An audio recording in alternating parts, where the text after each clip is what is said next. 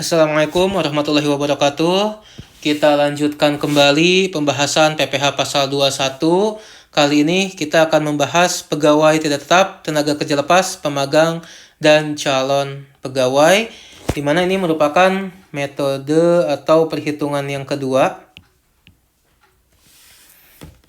Pegawai tidak tetap atau tenaga kerja lepas, ya, itu begitu juga dengan pemagang dan calon pegawai itu bisa dibayar secara harian, mingguan, satuan, ataupun borongan.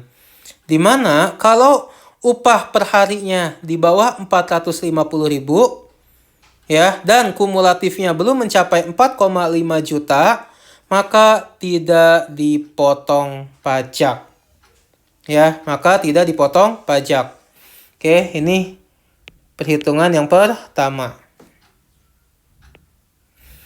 Kalau di bawah 450.000 seharinya, tapi kumulatif dalam 1 bulan itu sudah di atas 4,5 juta, ya, maka upah sehari dikurangi dengan PTKP sehari. Berapa PTKP sehari? Itu adalah 150.000. 54 juta dibagi 360 hari sebenarnya. Saya ulangi, 54 juta dibagi 360 hari. Oke?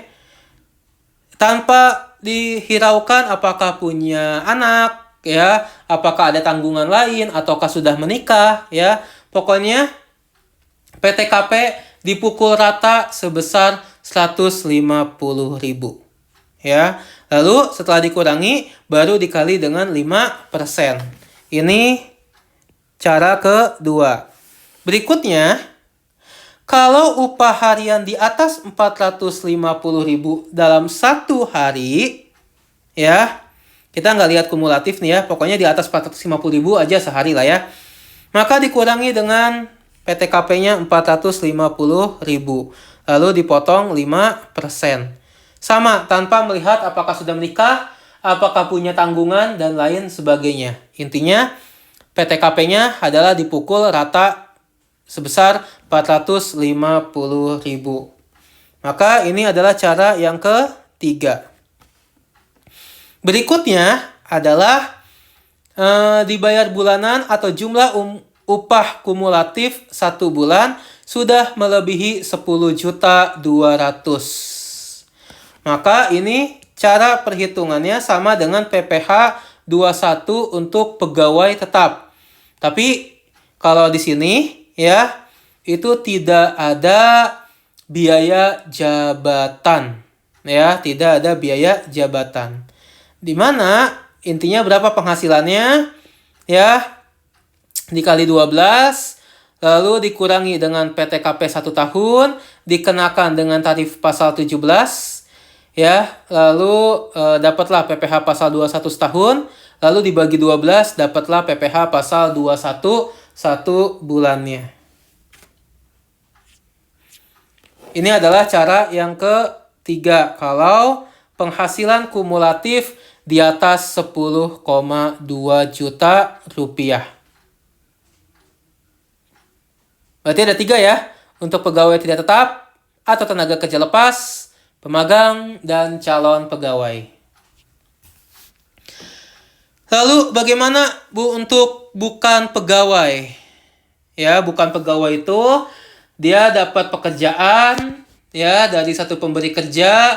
Ketika pekerjaannya sudah beres, maka dia tidak terikat, ya, untuk esok harinya atau untuk bulan berikutnya, tergantung apakah masih membutuhkan jasa, ya, orang tersebut atau tidak.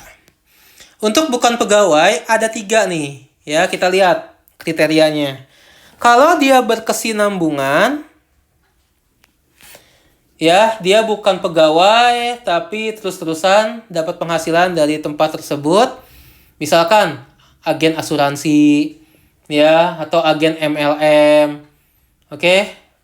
Nah, dia biasanya dalam 1 bulan, 2 bulan gitu ya, masih berada di tempat yang sama.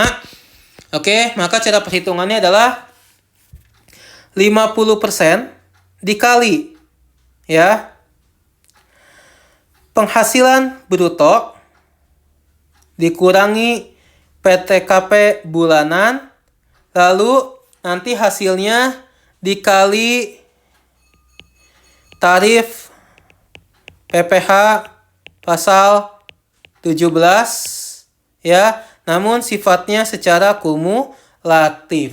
Artinya apa secara kumulatif? Kalau nanti suatu saat dalam periode bulan tertentu ya, penghasilannya sudah di atas 50 juta, maka dia akan kena 2 lapisan tarif. Kalau di atas 250 juta, maka akan kena 3 lapisan tarif. Kalau nanti sudah di atas 500 juta, maka akan kena 4 lapisan tarif.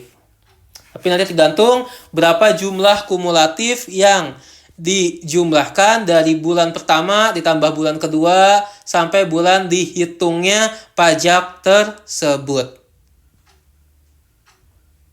Oke. Teman-teman, ini terbalik sebenarnya. 50% dikali PPh bruto dikurangi PTKP bulanan, ya. Terbalik. Oke. Lalu ada yang berkesinambungan dikecualikan pasal 13. Ini untuk apa? Dokter yang praktik di rumah sakit, oke, atau klinik, tapi dia bukan pegawai di rumah sakit tersebut.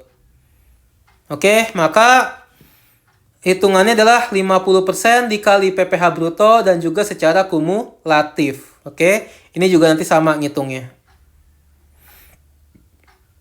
Dan kalau tidak berkesinambungan, artinya dia bekerja misalkan hanya 1 hari, 2 hari, oke, dibayar, maka dihitungnya adalah 50% dikali penghasilan bruto.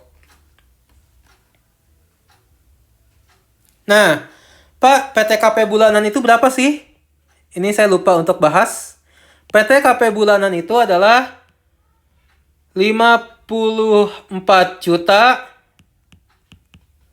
bagi 12 bulan atau sama dengan 4.500.000. Itu adalah PTKP bulanan, ya. Oke. Sama ya, tidak melihat apakah sudah menikah atau belum ya. Oke, dipukul rata.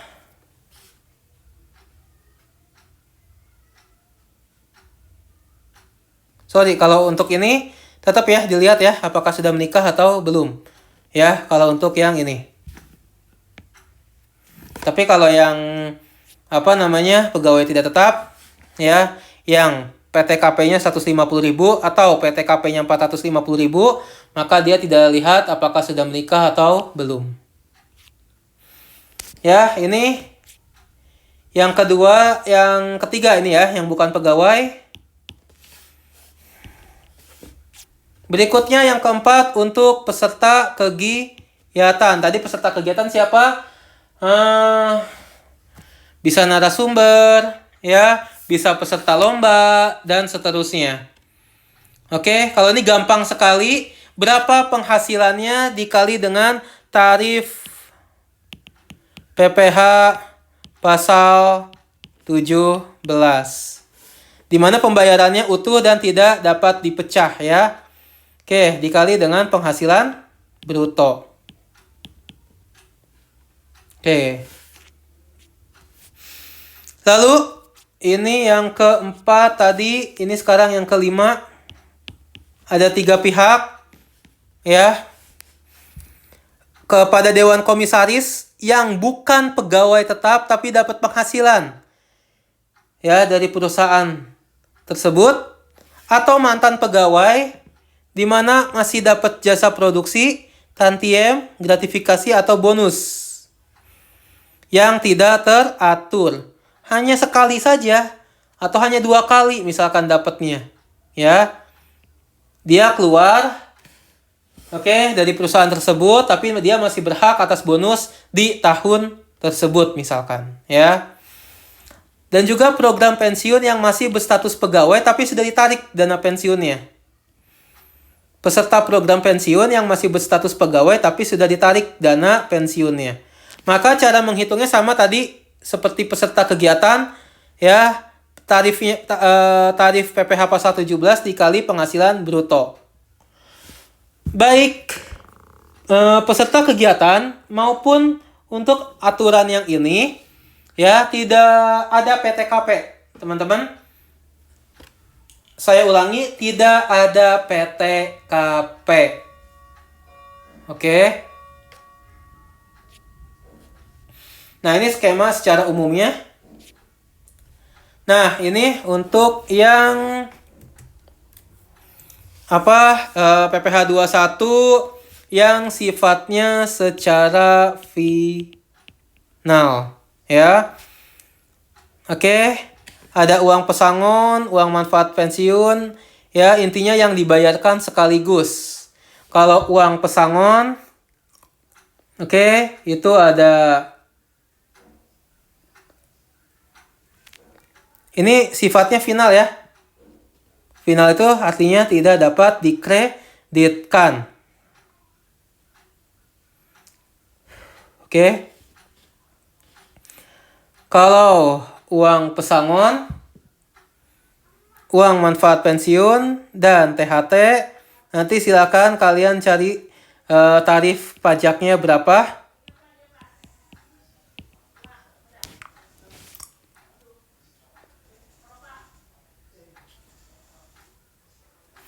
Yang jelas beda dengan tarif PPh pasal 17, ya. Atau kalau mau dilihat, takutnya kita lihat dulu di bukunya, ya.